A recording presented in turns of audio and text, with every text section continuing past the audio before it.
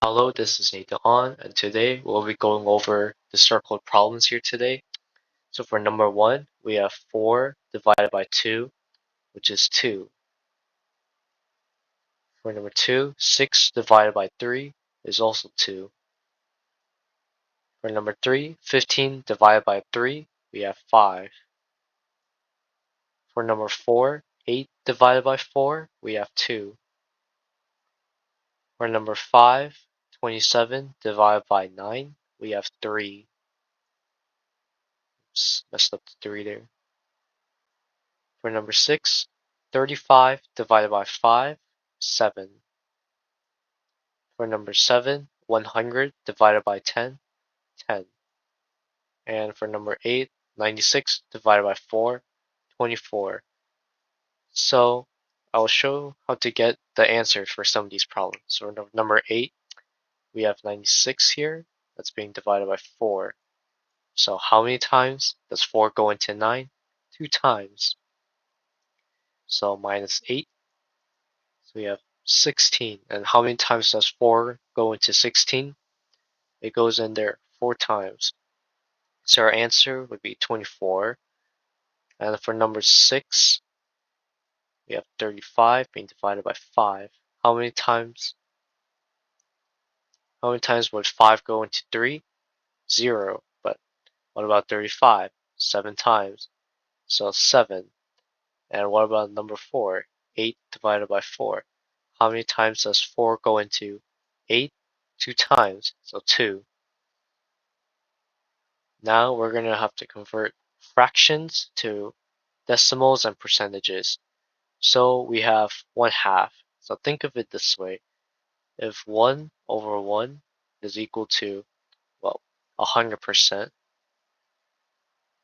or I should think of it as 2 over 2, then what would 1 over 2, 1 over half be then? What would that equal? And what's half of 100? Or 100%? 50%. So we would have 50%. And think of 50%, you could just simply add a decimal there. So we would have 0.5 as our answer for number 1. For number 2, 3/4 equals blank or blank percentage. So if 4 over 4 is 100%, what would 3 over 4 be? Well, if you think of it this way, 4 divided by 100 is 25, and 25 is 1/4 of 100. So times 25 by 3, that would be 75. So 75%. And then same thing as the last question, just a 0 in front. So 75, 0.75 or 75%. For number 3, 2 over 5 equals blank or blank. So 5 over 5 equals to, well, 100% again. And then 1 over 5 would be 20%. And 2 over 5, well, there's add another 20% on top of that, so 40%. And that is just 0 in front of a point.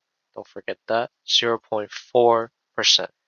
0.4 and 0 are still the same thing, just simplify. Same with number 1 also. For number 4, well, it's a little different this time. 3 over 2 would equal blank or blank.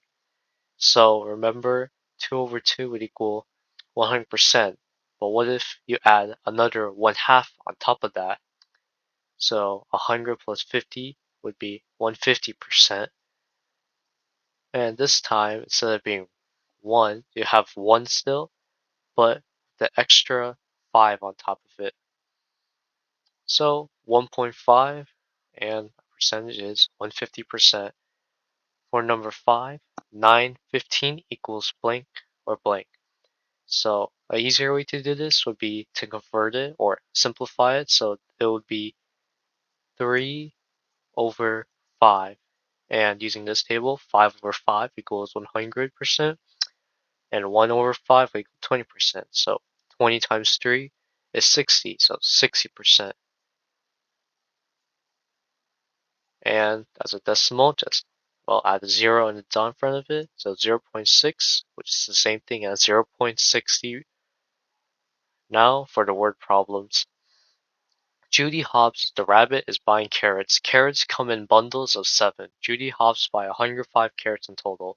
How or bundles did she buy?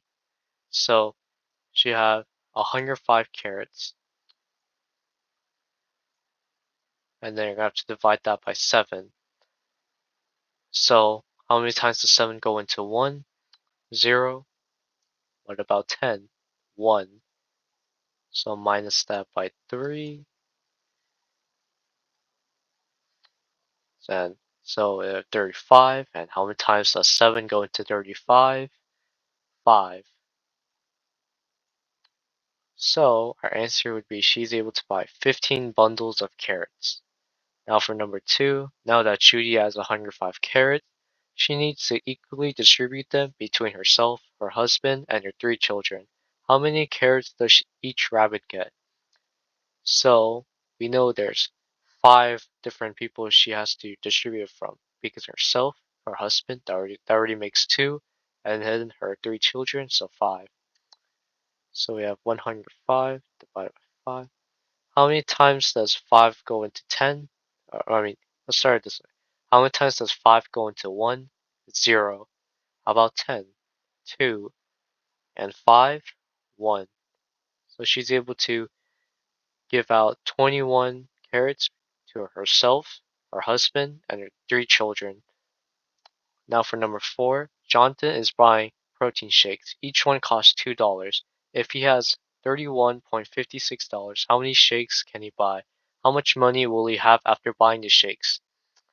So we know that you could actually just remove the 1.56 and simplify this to 30 because it's divisible by 2.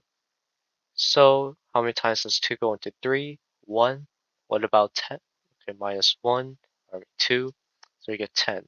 How many times does 2 go into 10? 5 times. So he's going to be able to buy 15 shakes. And then the remaining $1.56 is how much he would have left after buying the shakes.